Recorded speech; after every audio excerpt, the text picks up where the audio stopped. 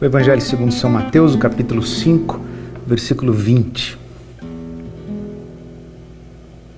Pois eu lhes digo que se a justiça de vocês não for muito superior à dos fariseus e mestres da lei, de modo nenhum entrarão no reino dos céus. Palavras de Jesus, que estão ainda no início da narrativa do seu Sermão do Monte.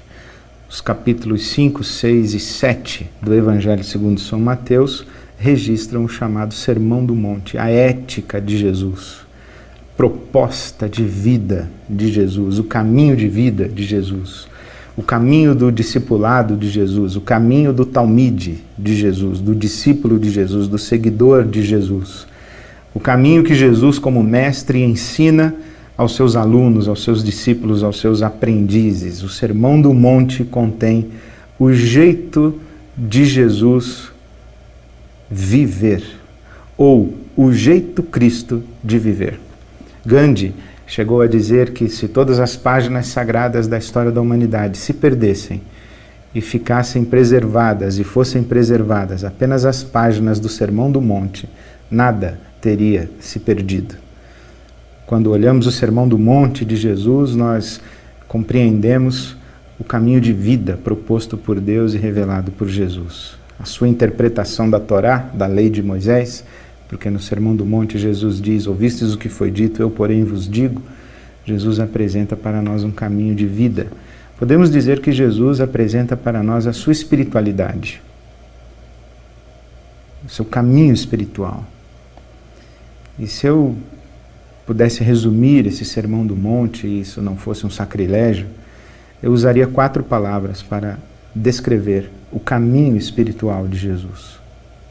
Primeiro, o caminho espiritual de Jesus é interior. Com isso quero dizer que o caminho de Jesus vai além do mero comportamentalismo moral, da mera obediência a mandamentos e regras de comportamento moral. É assim que Jesus vai falar sobre não matarás, não adulterarás. Ele vai dizer que não basta não matar.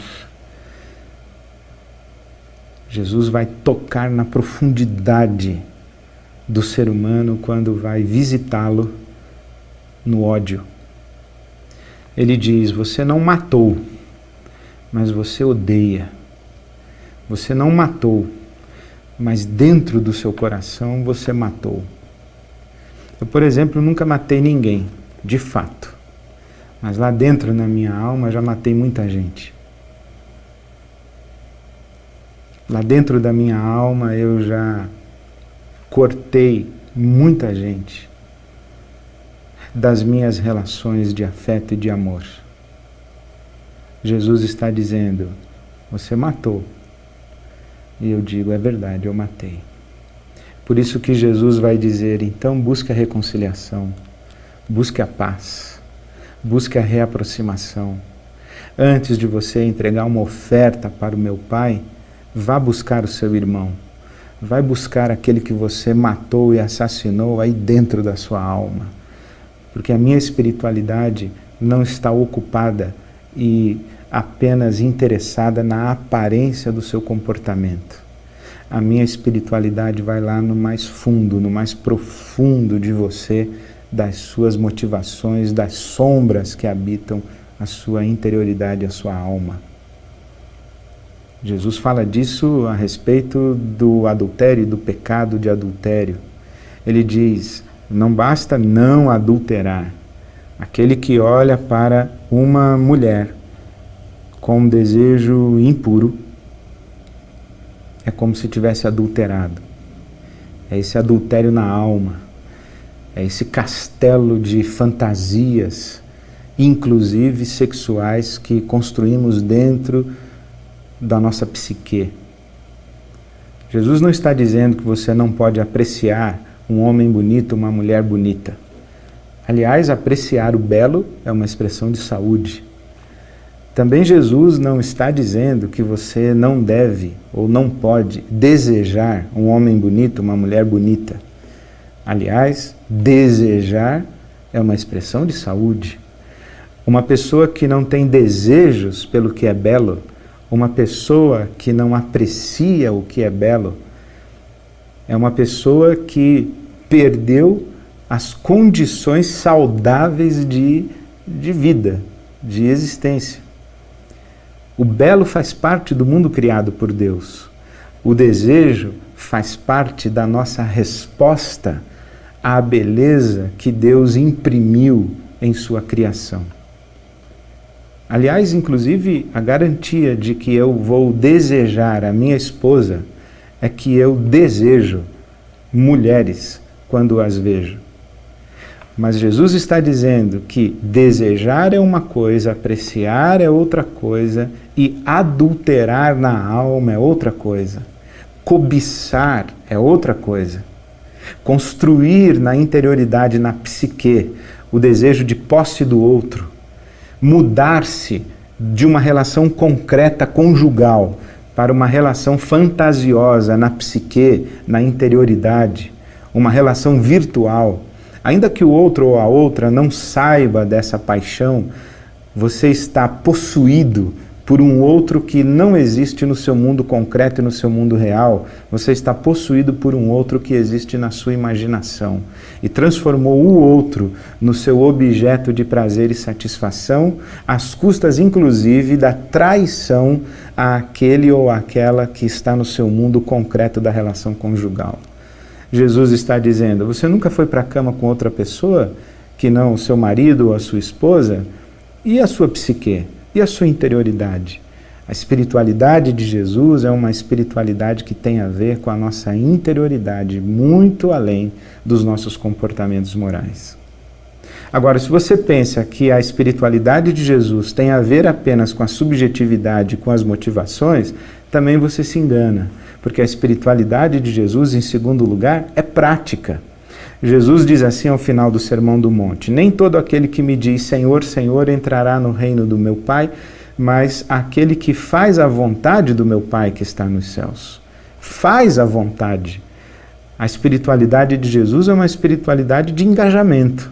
Essa é uma diferença entre o caminho grego da contemplação platônica e o caminho judaico. Jesus era judeu. O caminho judaico da encarnação ética.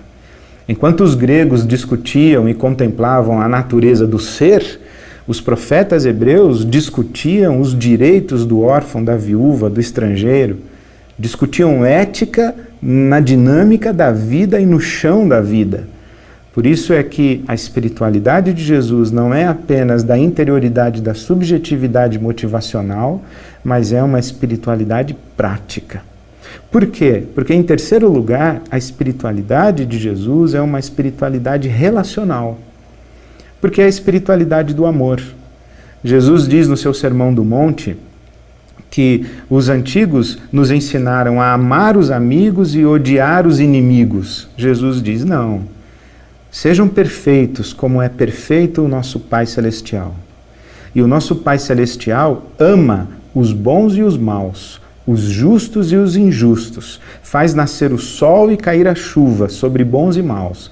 Jesus diz, então sejam perfeitos como é o Pai Celestial, perfeitos no amor, amando sem discriminação, amando tanto os justos quanto os injustos. Porque a espiritualidade de Jesus é uma espiritualidade relacional, é uma espiritualidade que existe porque estamos em relação com o nosso próximo. Ela se concretiza, se manifesta, se encarna nas nossas relações de amor e de afeto. Por isso é que Levinas vai dizer que a ética, ela nos interpela a partir da face do outro. É mais ou menos o seguinte, se você vivesse sozinho no mundo, você poderia desperdiçar água. Se você vivesse sozinho no mundo, você poderia derrubar qualquer árvore. Se você vivesse sozinho no mundo, você poderia viver apenas do seu jeito, sem levar em consideração mais ninguém. Claro, deveríamos fazer uma observação de que Deus está acima de todas as coisas, mas nas nossas relações, na história e no chão da vida, se estamos sozinhos no mundo, não precisamos nos preocupar com nada. mas nós não estamos sozinhos no mundo. A espiritualidade de Jesus é uma espiritualidade relacional, porque o amor pressupõe a existência de um outro a quem respeitamos e a quem reconhecemos o direito de ser e existir igual ao direito que nós temos de ser e existir. Por isso que não podemos matar os outros, nem de fato, nem na alma. A espiritualidade de Jesus é interior, é prática. A espiritualidade de Jesus é relacional e a espiritualidade de Jesus é teocêntrica. A espiritualidade de Jesus não tem o homem no centro, tem Deus no centro.